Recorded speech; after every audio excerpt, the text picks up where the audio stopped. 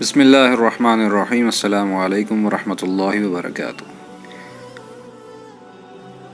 شیخ شرائم امامت حرم کے 30 سال مکمل۔ فضیلت الشیخ سعود بن ابراہیم الشرائم کی مسجد الحرم میں امامت کے 30 سال مکمل ہو گئے۔ شیخ صاحب نے اس مناسبت سے یہ شعر ٹویٹ کیا ہے جو حضرت شیخ کے ایک عاشق شاعر سامر مقاطعی نے ان کے بارے میں کہا ہے۔ 30 برس سے آپ کی آواز سرزمین مکہ میں عظمت والے بیت اللہ کے پاس نغمہ سرا ہے۔ 30 سال ہو گئے میرا دل آپ کی آواز کے ساتھ ایسا چمٹا ہوا ہے جیسے معتصم کے ساتھ سوارہ چمٹی ہوئی تھی۔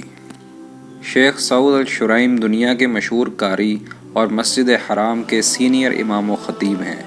مسجد حرام کے 10 سے زائد ائمہ کرام میں شیخ سعود شرائم تقوی کے سب سے اعلیٰ درجے پر فائز ہیں اور وہ مستجاب الدعوات ولی کامل ہیں جن کے ہاتھوں سے متعدد بار مختلف کرامات ظاہر ہوئی ہیں۔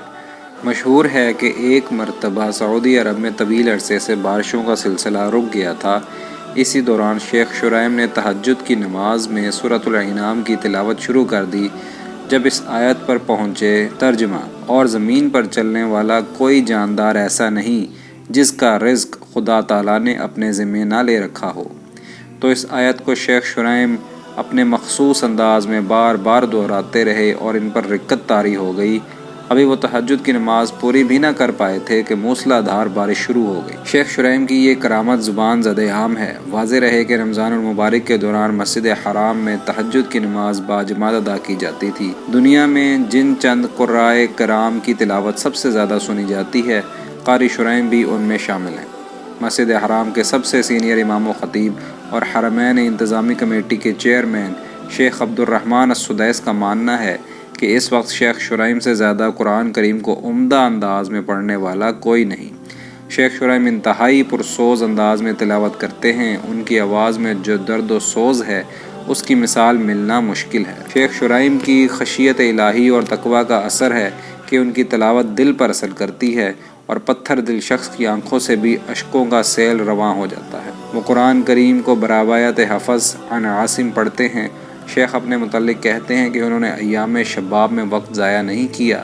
ان کے بقول انہوں نے قرآن مجید کی سورۃ النساء کو صرف ٹریفک سگنل میں انتظار کے وقت زبانی یاد کیا۔ وہ اکثر و بیشتر خود بھی دوران تلاوت روتے ہیں اور حاضرین بھی اشکبار ہوتے ہیں۔ بسا اوقات ایسا بھی ہوتا ہے کہ ان پر اتنی رکت طاری ہو جاتی ہے کہ آیت کا پورا کرنا مشکل ہو جاتا ہے۔ اپنی والدہ کی وفات کے روز شیخ شرائم نے سب سے رکت آمیز نماز پڑھائی تھی جس میں وہ بڑی مشکل سے سورہ فاتحہ پوری کر پائے۔ اس تلاوت کی ویڈیو کے علاوہ آڈیو کلپ دنیا بھر میں مقبول ہے۔ شیخ شرائم اپنی کانوں میں رس گھولنے والی تلاوت کی وجہ سے بے حد پسند کیے جاتے ہیں، خصوصاً عرب نوجوان ان سے والہانہ عقیدت رکھتے ہیں۔ ٹویٹر میں ان کے فالوورز کی تعداد 3 ملین سے زائد ہے، جبکہ فیس بک میں عشاق الشیخ الشرائم اور محبی الشیخ الشرائم کے نام سے ان سے عشق کی حد تک محبت کرنے والے عرب نوجوانوں نے مختلف پیجز بنا رکھے ہیں۔ شیخ شرائم 19 جنوری 1964 کو سعودی دارالحکومت ریاض میں پیدا ہوئے۔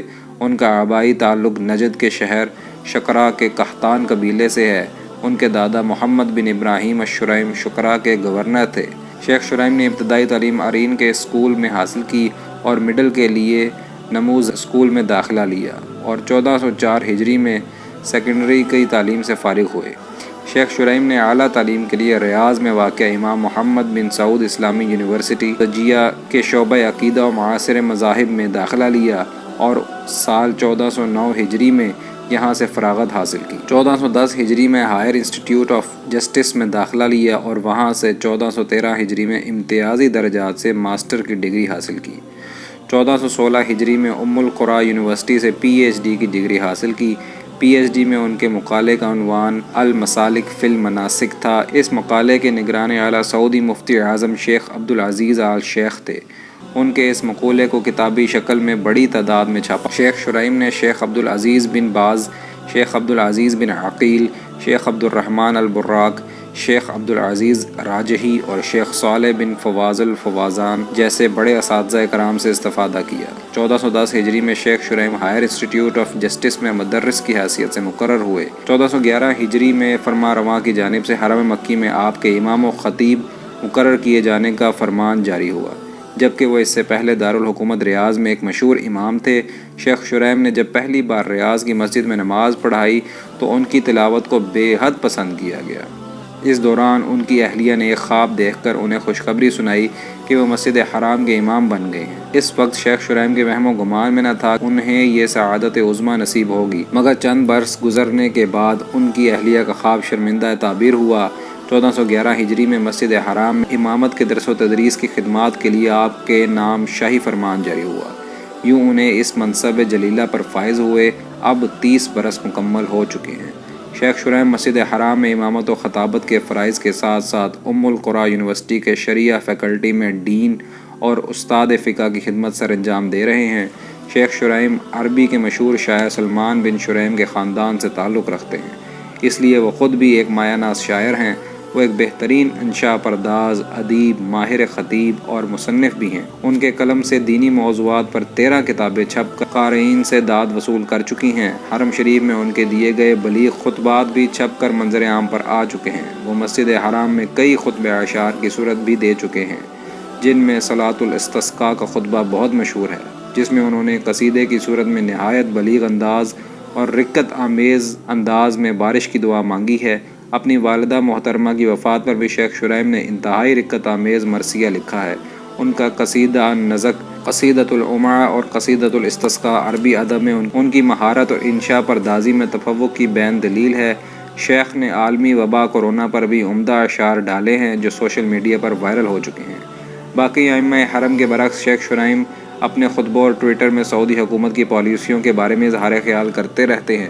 جب سعودی حکومت نے مصری آمر جنرل سیسی کی کھل کر حمایت کی تو شیخ شرائم نے اس پر تنقید کر اخوان المسلمون کے شہداء کو سلام پیش کیا، جس کے بعد ان کا ٹویٹر اکاؤنٹ بند کر دیا گیا۔ جب سابق سعودی فرما روا شاہ عبداللہ کا انتقال ہوا تو ائمہ حرم نے اپنے ٹویٹر پیجز میں ان پر تفصیل سے لکھا، مگر شیخ شرائم نے ایک جملہ بھی نہیں لکھا، جبکہ عالم اسلام کی موجودہ صورتحال خصوصاً شام کے حالات کا وہ اپنے خطبوں میں ذکر کرتے رہتے ہیں۔